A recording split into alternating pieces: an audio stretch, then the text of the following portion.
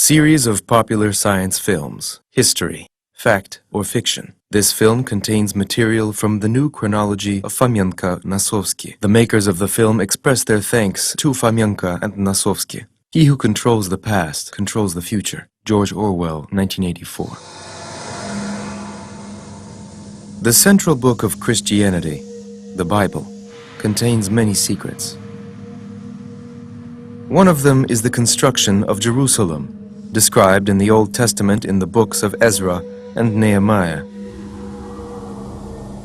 These books tell us that Jerusalem was captured by troops of the Babylonian king Nebuchadnezzar and was totally destroyed, but was restored 70 years later. However, the Bible does not tell us whether Jerusalem was rebuilt on the same spot where it stood before being destroyed by the Babylonian army. Another fact is curious. It is well known that there have been several versions of the Bible. In different versions, there are different descriptions of the rebuilding of Jerusalem. For example, in the canonical synodal translation of the Bible, published in the 19th century, the story of the rebuilding of Jerusalem uses the word repair for the restoration. They repaired the walls. They repaired the gates.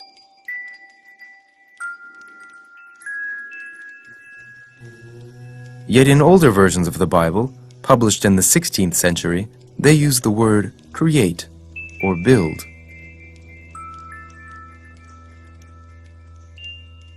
It seems that in an older version of the Bible, the book of Nehemiah directly and exactly describes the construction of a completely new Jerusalem and not the restoration of the former destroyed city. The later editors of the Bible needed this slight change from the word build to the word repair in order to convey that Jerusalem was rebuilt on the site of the former capital city and not in a new location. But that leaves us with the question, where exactly was Jerusalem built?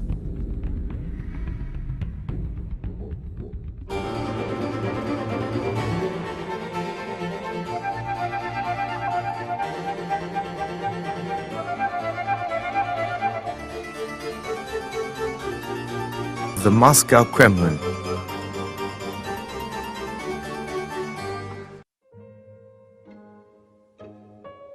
Russian scholars Anatoly Fomenko and Gleb Nosovsky have been working for many years on a reconstruction of the real story based on a new chronology. They have studied hundreds of ancient records and documents, analyzing the text of the Bible with the help of their own original mathematical and statistical methods. The scholars reached a conclusion which confounded even them. One of the amazing facts we brought to light in analyzing the Bible is the discovery that in a well-known book of the Old Testament, the book of Nehemiah, it seems that there is a description of the Moscow Kremlin in the 16th century.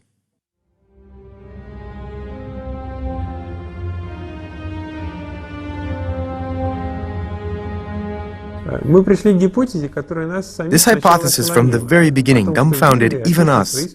The idea arose from purely chronological reasoning. According to our research, it appears that the biblical description of the construction of Jerusalem actually refers to the 16th century. But at that time in the history of the Middle Ages, there was only one case of the construction of a major holy city, the construction of the Moscow Kremlin. And I'd like to point out that according to our research, the Kremlin was built in the 16th century, not in the 15th century, as historians have thought, but actually a century later. A comparison of the biblical description and the description from the Middle Ages shows that it actually makes sense to consider if the biblical description is actually referring to the building of the Kremlin.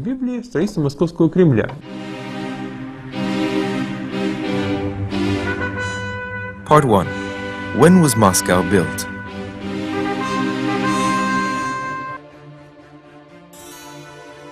At first glance, Fomenko and Nosovsky's suggestion that the Bible might describe the construction of the Moscow Kremlin sounds paradoxical.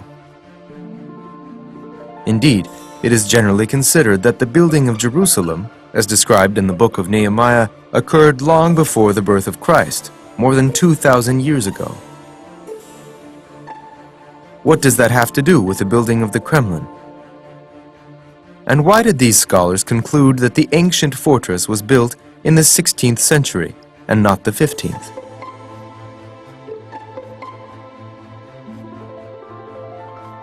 History maintains that the white stone Kremlin of Ivan Kalita replaced the Kremlin built during the reign of Ivan III, and that it was constructed in the 15th century. But in the middle of the 16th century, at the very beginning of the reign of Ivan the Terrible, a fire destroyed the Kremlin. Therefore, Ivan the Terrible had to rebuild it.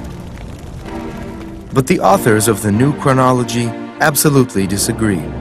They are convinced that Ivan the Terrible didn't rebuild the Moscow Kremlin, but rather built it from scratch. This can be inferred from the history of the construction of the fortress walls of Moscow. It is generally accepted that the first ring of walls, that is, the walls of the Kremlin, were completed in the beginning of the 16th century.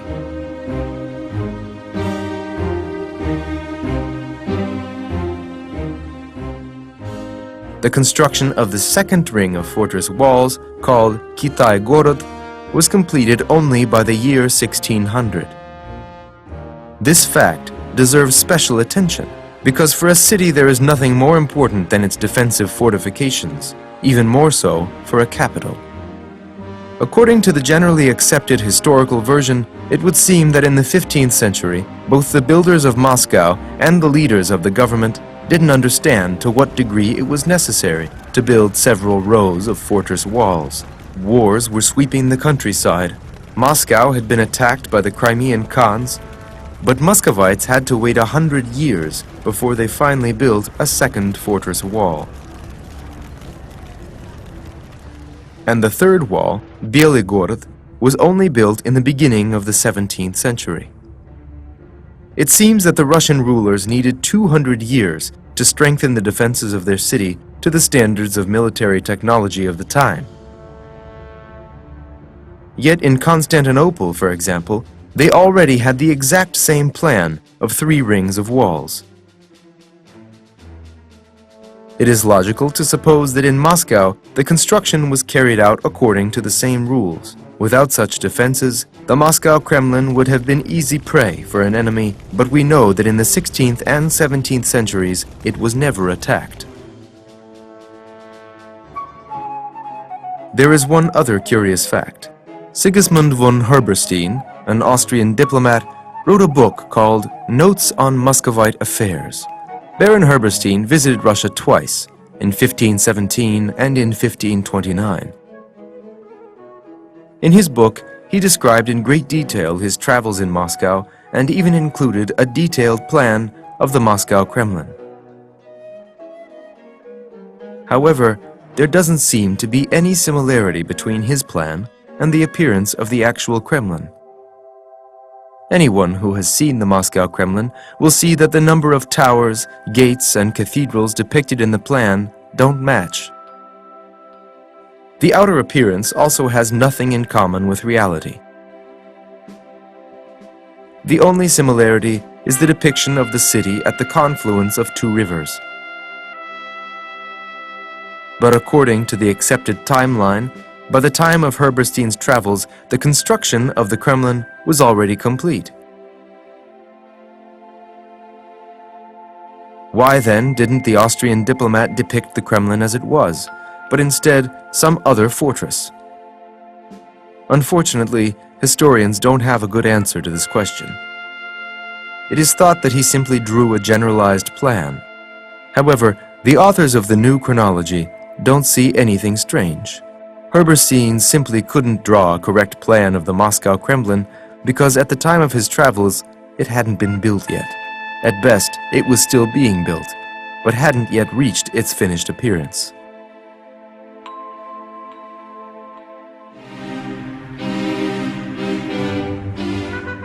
Part 2. When did the Bible appear?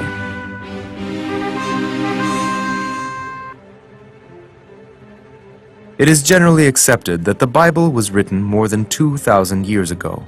How then could its pages contain a description of the construction of the Moscow Kremlin, which happened in the 16th century?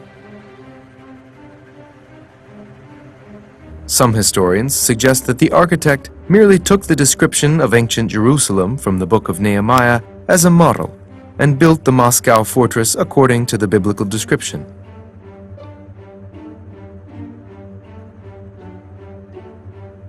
But the authors of the New Chronology don't find this explanation convincing either. They believe the age of the biblical texts are exaggerated. As we discovered, the Bible was written and edited up to the 16th and even 17th centuries. We studied the timeline for the creation of the Bible for a long time and came to the conclusion that the modern version of the Bible is a reasonably late version. The Bible today is a collection of certain books, and many believe that it appeared a long time ago. Some say 1,000 years ago, some say more. But in actuality, the contents of the biblical canon aren't that ancient. Until the 16th century, the books of the Old and New Testaments existed separately, and a unified canon didn't even exist. There are around 500 Slavo-Russian biblical manuscripts from the 9th to the 13th centuries in Russian archives. There are the Gospels, Psalters, Revelations, and others. But there isn't a single Bible in the modern understanding of the word. Some might be surprised to learn that in the 15th century, the New Testament included more books than today. The opposite is true of the Old Testament. Some books that exist today were missing. They appeared later, in the canonical collection. In other words, even in the 16th century, the Old Testament wasn't complete. This point is witnessed in part in the main church book of the time, the Kormchaya Kniga, a book on canonical law, whose lists were compiled with precision.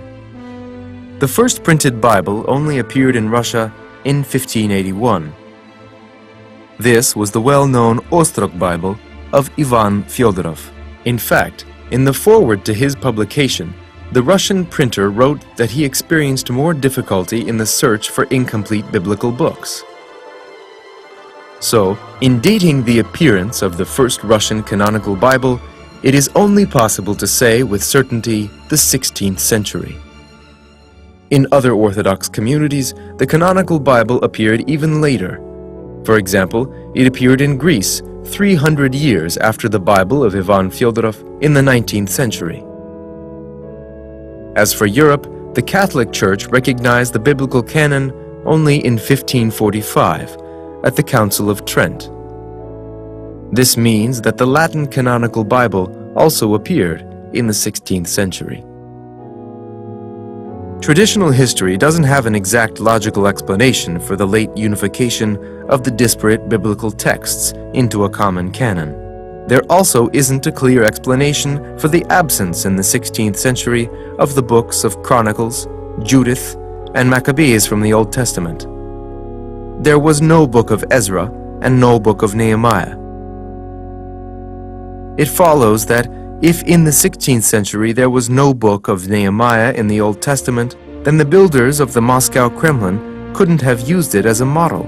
On the contrary, if we assume that the book only appeared at the end of the 16th century, then that means that the book was created at the same time as the construction of the Moscow Kremlin and could in fact be an account of those events.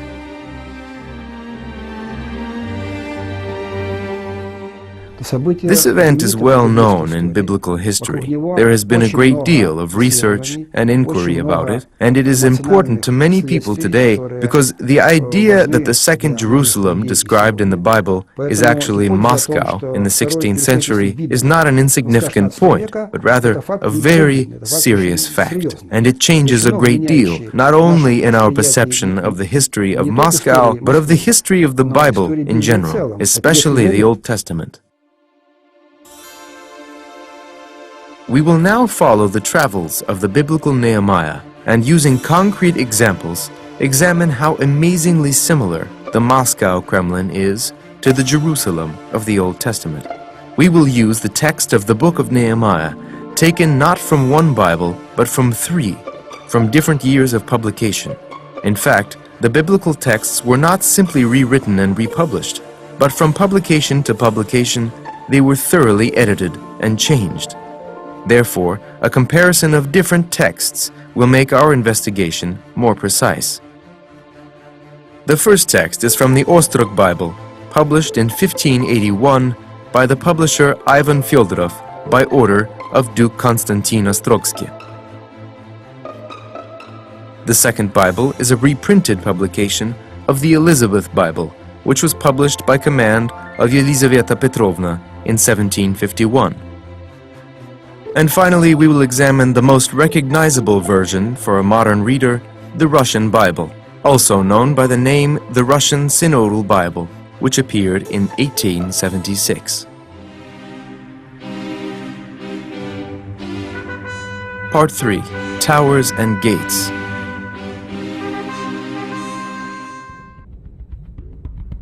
According to the book of Nehemiah, along with the construction of the fortress walls of Jerusalem, they also built 6 fortress gates. Their construction is also described in the texts. And they built such gates and placed doors in them. It is known that there were 6 fortress gates in the Moscow Kremlin when it was built, exactly the same number as in the fortress of Jerusalem described in the Bible. Today, some of the gates have been sealed in, but in numerous old drawings and plans of the Moscow Kremlin from the end of the 16th to the 18th centuries, there are 6 gates. It is clearly visible on the first exact map of the Kremlin, called the Kremlin Grot.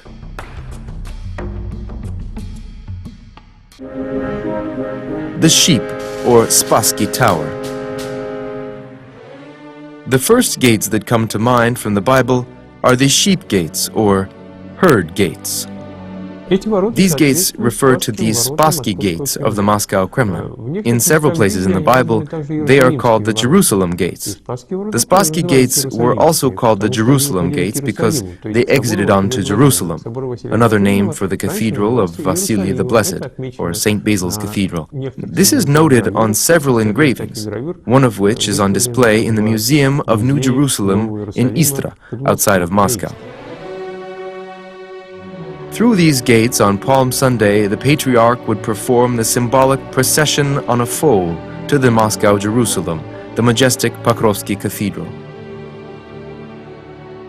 This was a ritual journey on a donkey, symbolizing the entrance of Jesus Christ into Jerusalem. These gates were also called the Fralovsky gates.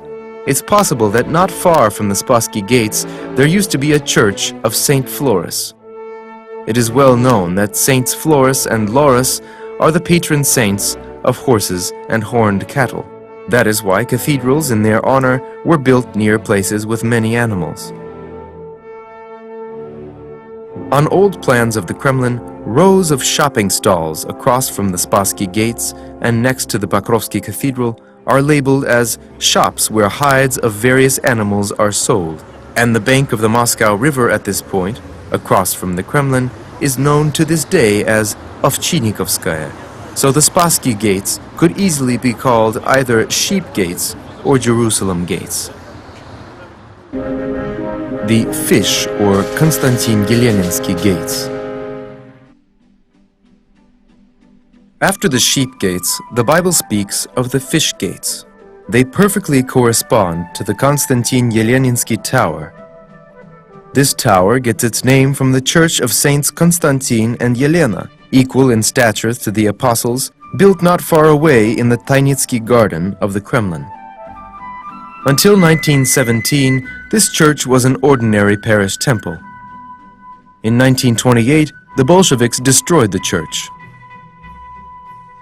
Originally, the tower contained a passageway into the Kremlin with gates. In the 18th century, the passageway through the Konstantin Yeleninsky Tower was destroyed, and the gates filled in, but they are clearly visible on an old plan of the Kremlin from that time. Across from the Konstantin-Yeleninsky gates of the Moscow Kremlin, there used to be rows of shopping stalls where they sold fish. To this day, there's a side street called Fish Alley. Those gates could full well be called the Fish Gates. The Old or Nikolsky Gates. The next gates named in the Bible are the Old Gates.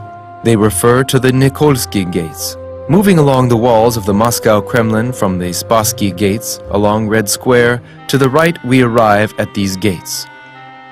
The Nikolaevsky or Nikolsky Kremlin gates take their name from the Nikolsky Greek monastery. It was located not far from Nikolsky Street. This street has for a long time been known for its educational institutions, bookshops, and printing houses. Next to the grounds of the monastery is a building which today houses the Historical Archives Institute.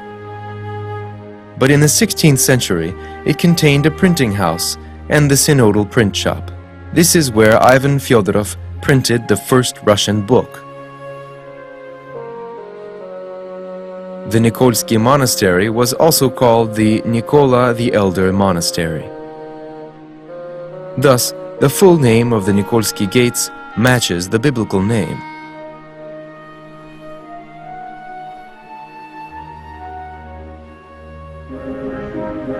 The Dirty or Trinity Gates. Further along we come to gates called the Dirty Gates in the Ostrog Bible, and in the Elizabethan Bible, the Foul Gates. Their description is strikingly similar to the Trinity Gates in the Moscow Kremlin. The Trinity and Kutafya towers combined to form the Trinity Bridge, which was built across the Niglinka River and connected the Kremlin with the right bank of the river, which was called Zaniglimenные. From the 15th to the 17th centuries, the Niglinka was muddy and dirty. Its banks were rather unsightly and always swamped with sewage from the surrounding residencies. How could this not be the Dirty Gates? The Lowland or Borovitsky Gates. Continuing on, we come to the Borovitsky Gates. In the Bible, they correspond to the Dolny Gates or Lowland Gates. The Borovitsky Tower is located on the southwest slope of Borovitsky Hill. Originally, the tower was a large quadrangle covered with a wooden tented roof. Judging by the filled-in archway, in the 16th century, the gates would open a path not onto the hill, but only to the hem of the Kremlin. The low bank part of the Kremlin area has long been called the Hem. The Barbican, located to the side of the tower, was built later, at the end of the 17th century. Thus, the gates, going out onto the Hem, originally could have been called the Lowland Gates, or Gates of the Valley. In the Bible, they have a unique description. And they repaired 1,000 cubits of the wall to the dirty gates. This is the only instance the Bible gives us on the construction of Jerusalem.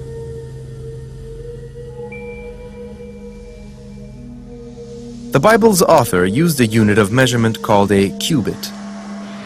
This unit was used by many peoples, but there is no standard reference for that length. It represented the distance from the elbow joint to the tip of the extended middle finger. In order to determine the length of wall between the gates of the valley and the dirty gates, we will use the most common unit of length from antiquity, the Syrian cubit. We will then compare that number to the distance between the Trinity and Borovitsky towers of the Kremlin. If we look up the Syrian cubit in an encyclopedia, we find that it equals 37 centimeters. Multiplying that by the distance between the dirty gates and the gates of the valley given in the Bible, we find that 1,000 cubits is 370 meters. If we compare that to the distance between the Trinity and Borovitsky gates of the Kremlin, which measures 380 meters, then the difference is only 10 meters. 380 метров. This fits remarkably well. Совершенно идеальная.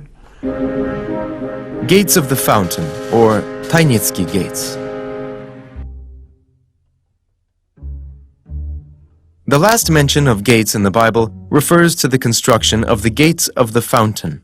In the Kremlin, they correspond to the gates of the Tainitsky Tower. These were the only gates on the section of the Kremlin wall that runs along the Moscow River. In this tower, there was a passageway with gates and a barbican which connected the tower with a stone bridge. This raised bridge granted access to the barbican. The Tainitsky Tower was very important for the defense of the Kremlin from the direction of the river. The tower also contained a well and a secret exit to the Moscow River. Таким образом, все 6 ворот Московского Кремля. It works out that all 6 gates of the Moscow Kremlin completely coincide with their biblical names, in the exact order in which the biblical gates of Jerusalem are listed. The parallel is simply ideal, that's all there is to it. Соответствие просто идеальное, и на этом оно не кончается. Besides the gates, the book of Nehemiah also tells us that there were towers without gates in the fortress walls of Jerusalem. Next, we will compare these towers with those of the Moscow Kremlin. The towers of Mea and Hananel. According to the book of Nehemiah, between the sheep and fish towers of Jerusalem stood the towers of Mea and Hananel. In the Kremlin, the sheep and fish towers are represented by the Spassky and Konstantin Yeleninsky towers. Between these towers, there are 2 other towers, the Nabatnaya and the Tsar's Tower. The Tsar's Tower is in fact built on top of a wall. In contrast to the other towers, this is the only one that doesn't jut out from the Kremlin walls. According to legend, Ivan the Great would watch people on Red Square from this tower, which is why it is called the Tsar's Tower. The Stove, or Corner Tower. Let's read further.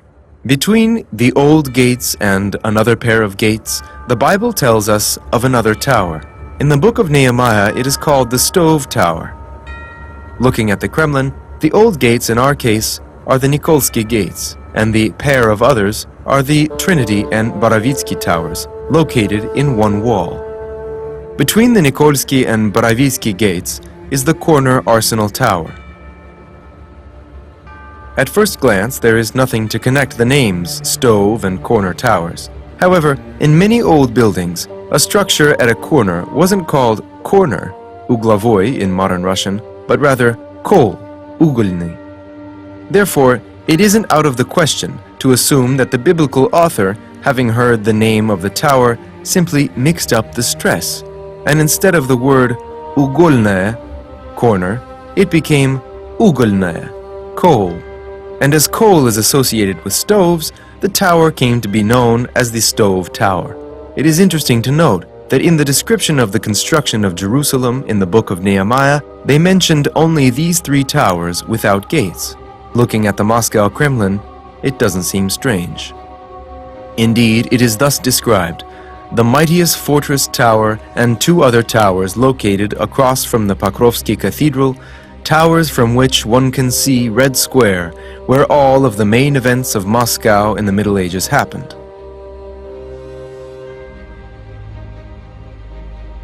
So, we've walked along the walls of the Moscow Kremlin from the outside.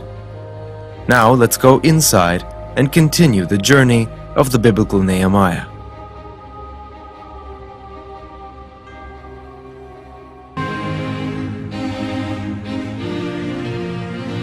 Churches and palaces.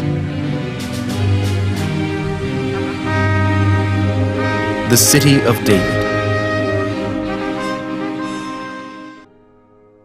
The first building mentioned in the synodal translation of the book of Nehemiah is located not far from the gates of the fountain. It is the city of David and the Tsar's garden. In the Ostrog Bible, instead of the Tsar's garden, they talk about the Tsar's squares, which are reached by stairs leading down from the city of David. The gates of the fountain, according to the version of Fomenko and Nosovsky, are the gates in the Tainitsky Tower. The squares are the Cathedral Square, and the City of David is the Tsar's palace. Now, let's turn to an old description of the Kremlin. In the Middle Ages, on that spot, stood the Tsar's palace. The Great Kremlin Palace was built only in the middle of the 19th century. From the old Tsar's palace, there remains only the Terem Palace, the Tsarina Golden Palace, and the Palace of Facets. The Palace of Facets, in antiquity, had an exit onto Cathedral Square via the Red Terrace and staircase. This aligns perfectly. The City of David is the Tsar's palace. The steps leading onto the square are the red staircase leading onto Cathedral Square. Russian rulers went out onto this terrace to show themselves to the people. From there, they would parade to the Dormition Cathedral for coronations. From the Red Terrace and Tsar's staircase resounded the Tsar's proclamations. Therefore, it isn't surprising that this is where the biblical story begins. Tombs of the Davidovs. Further on, following in the path of Nehemiah, are the tombs of the Davidovs. In the Ostrog Bible, they are called the Cavern of the Grave of Davidov. What does this cavern have in common with a tomb? Originally, the word cavern meant an enclosed, clandestine place. Therefore, the Ostrog Bible, which refers to the sepulchre as a cavern, is more accurate than the later synodal translation, which mentions only tombs, as tombs can be either enclosed or open air. But on our path around the grounds of the Kremlin, we come to the Cathedral of the Archangel. This cathedral, to this day, serves as the burial vault of the Russian Tsars. A large part of the cathedral is filled with tombs. This isn't surprising, as the Archangel Michael is considered not only the patron saint of battle, but also the conveyor of souls to the kingdom of the dead. The Court of the Brave. Further on, Nehemiah comes to the Court of the Brave, near the Ribaritsa. First, we need to explain what the Ribaritsa is. In the Ostrog Bible, it says that the Ribaritsa was created by a great deed, which means it was constructed. That means the Bible is referring to some sort of structure. In Russian, the word for fish is ryba, so the name Ribaritsa is very similar to that of the fish gates. In the Kremlin, as we explained, the fish gates were located in the Konstantino-Yeleninsky Tower. Across from the Konstantino-Yeleninsky Tower is the Khobra Court, or Armory. This fits the Court of the Brave and the Ribaritsa. It's interesting that the author of the synodal translation, for some reason, in the description of the Ribaritsa, replaced the phrase "created with a great deed" with the phrase "dugout pond." In this simple way, the tower became a pond.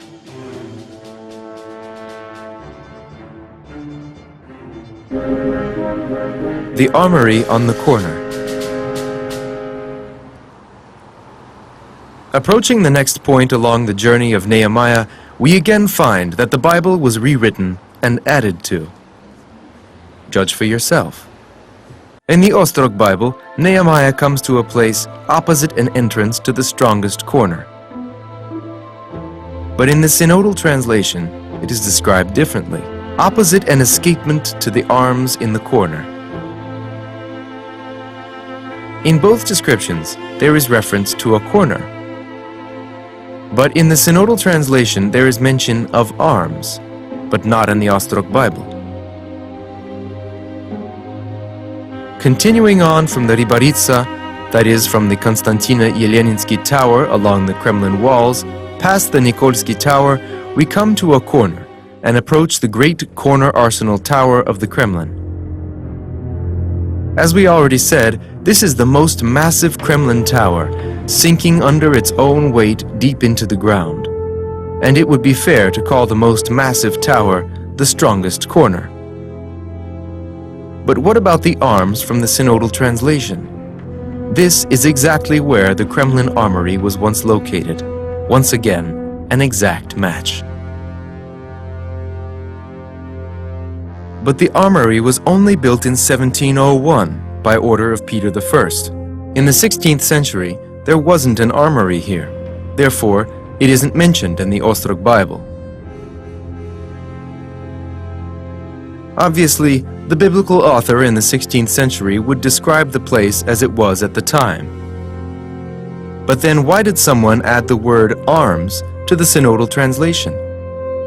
Perhaps because that someone knew what was actually being described.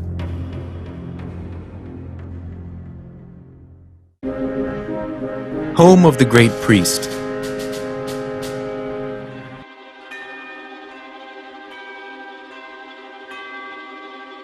Turning from the corner to the left, Nehemiah approaches the home of the great priest. In order to move in that direction in the Moscow Kremlin, we need to turn to the left from the corner arsenal tower. Passing by several unimportant structures, we arrive at the court of the Patriarch, near the Dormition Cathedral. The Bible is absolutely correct to call either the home of the Moscow Patriarch, or perhaps even the Dormition Cathedral itself, the home of the great priest. The tall column.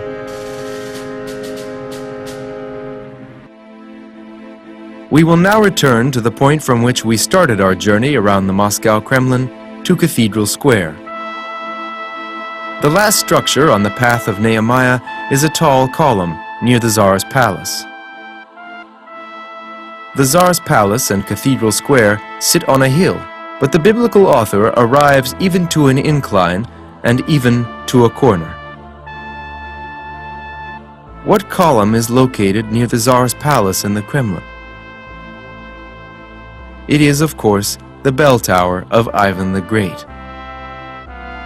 We should note that in the 16th century, it looked different than it does today. It looked more like a column, as it was enlarged later in the 17th century. The Bible calls the structure in Jerusalem a column which rises high, and a guidebook of the Moscow Kremlin would call the Ivan the Great bell tower a three-tiered, column-shaped structure. The equine gates and the gates of Gamifkad. The Bible goes on to tell us that from the main square, Nehemiah proceeds to the equine gates. Turning from Cathedral Square to the right, we come out straight to the Borovitsky gates.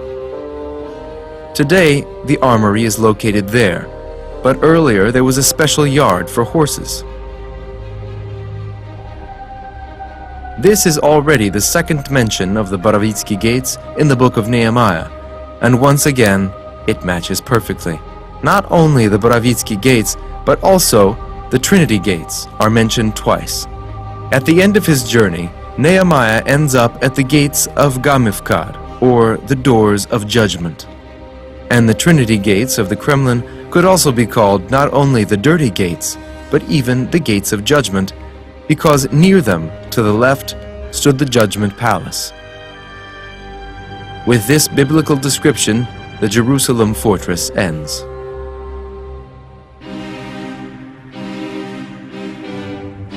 The Spring of Dragons.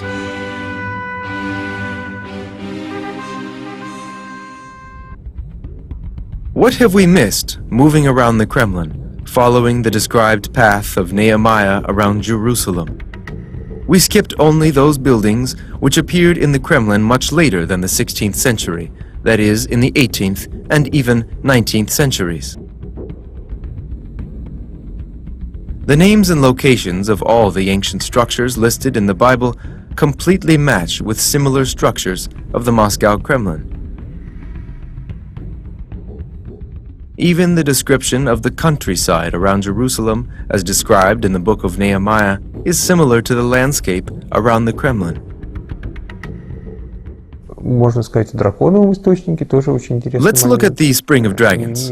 This is also a very interesting point. Nehemiah, according to the Bible, goes to Jerusalem, passing by the Spring of Dragons. Находится, согласно Библии, недалеко от... The Spring of Dragons is located, according to the Bible, not far from the gates of the valley. And in fact, next to the Boroditsky gates of the Moscow Kremlin, there used to be a devil's brook. So if we can equate the ancient words for dragon and devil, and Dahl, a language specialist, wrote that even in the old Russian language, the words devil and dragon were synonyms, then the Devil's Brook is the spring of dragons. That the similarities between the Bible descriptions and the Moscow Kremlin of the 16th century even include such minute details is amazing. This is the Prichistinskaya Square of Moscow. Here, a small devil's stream intersected with the road to the Boroditsky gates of the Kremlin. Some called it a stream, others a brook. The Chertorsky gates of the Bielый Gorod, the third ring of fortress walls of Moscow, were located here. In 1658, by order of Tsar Alexei Mikhailovich, they were renamed Prichistinsky. Next to them was a market square. The Chertori flowed along this square and made life unpleasant for the townspeople. After it rained, the brook would overflow and flood the square with water. Therefore, in 1870, they constructed an underground pipeline. Until 1933, the Church of the Intercession on the Dirt stood there. Today, it is the above-ground platform of the Kropotkinskaya metro station. Near the metro is a side street, which to this day is called Chertorsky Alley.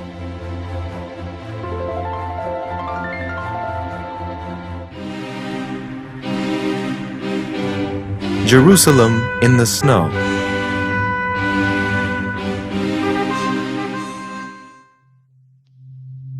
Besides descriptions of the architecture and features of Jerusalem, the Bible also contains a curious description of the climate of the ancient city.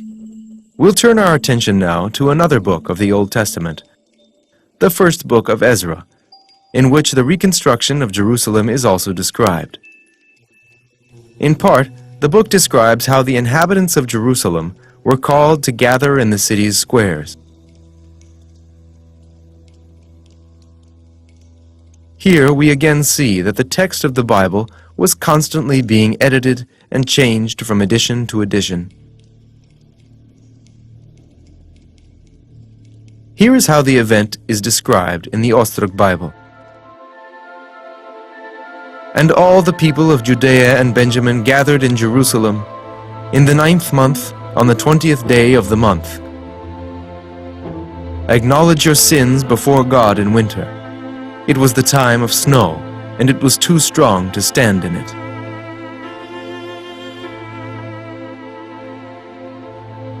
It is clearly stated in the Ostrog Bible that there was snow in winter in Jerusalem when it was so cold that people couldn't stand on the street. But the description of such a grim winter appears today only in the Ostrog Bible. In later texts, it is clear to see the corrections of an editor. In the Elizabeth Bible, the phrase "time of snow" is changed to "winter time." Thus, with one word, the traces of the snowy and frosty winter are smoothed over in the Old Testament. The editors of the Synodal translation went even further and completely erased from the pages of the Bible the reference to snow. Today, in the modern canonical Bible, the phrase reads thus: "The people were numerous, and the time rainy, and there was no possibility to stand on the street." Gradually, the description of the cold northern climate disappeared from the Bible altogether.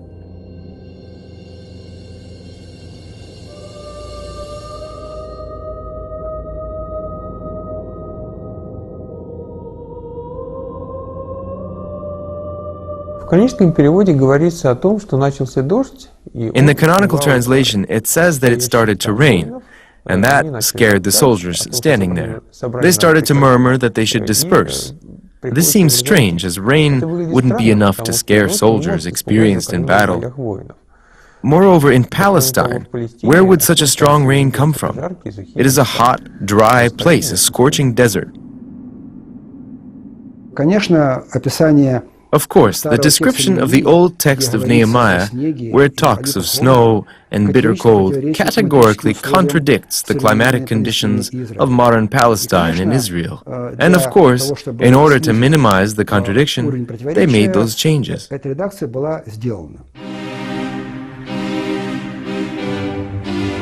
Moscow, Jerusalem.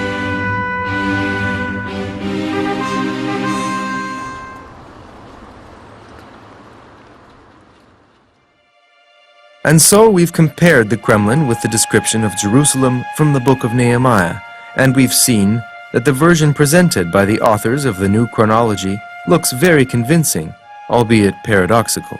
This new historical variant won't find room on the Procrustean couch of traditional history, but the comprehension of history involves more than just the study of books already written. It is a continuous search for new, still unknown facts about the past, the thorough study of these facts, and possibly also their re-evaluation. Therefore, the research of Fomenko and Nosovsky allows us to see a different, original picture of historic events.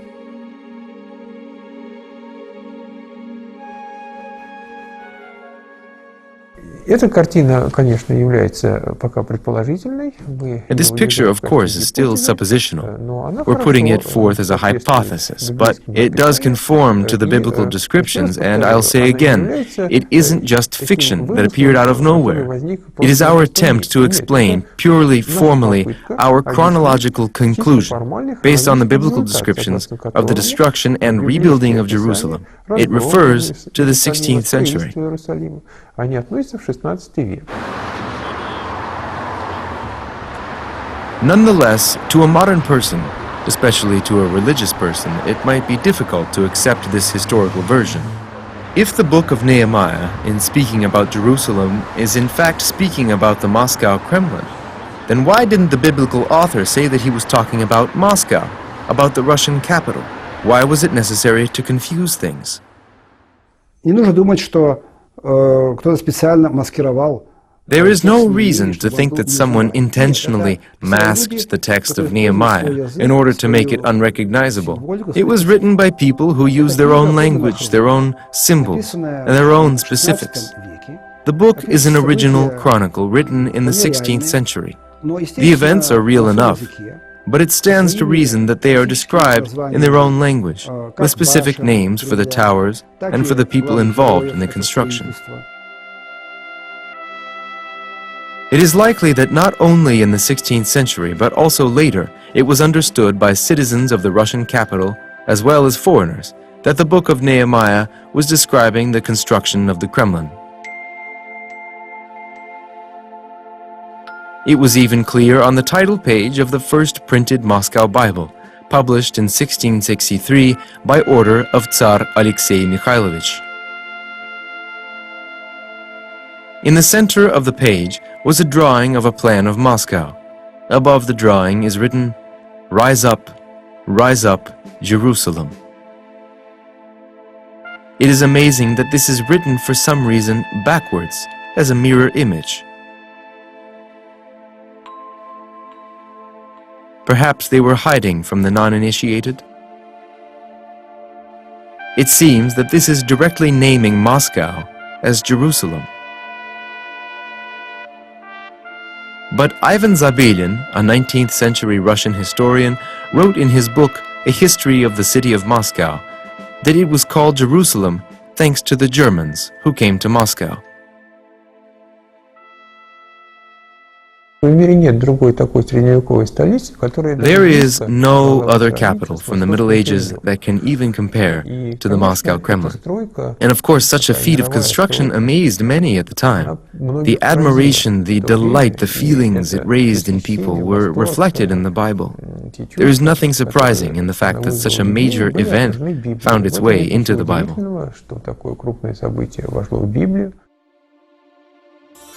The history of the construction of the Moscow Kremlin isn't the only discovery made by the authors of the new chronology from their examination of the texts of the Bible. Anatoly Fomenko and Gleb Nosovsky, applying their own original methods, have been working for decades on the creation of an original history of mankind. Having studied and correlated a huge number of documents, they reached the conclusion that we are separated from the events of the Bible not by 2, 3, or 4,000 years, but by much less. Most importantly, the majority of these events occurred in the Middle Ages in Russia, and therefore are a part of Russian history.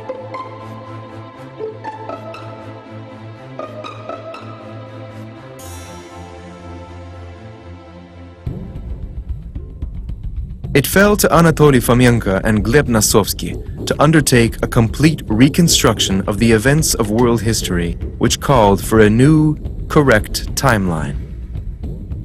We'll discuss it in our next film, The Reconstruction of History.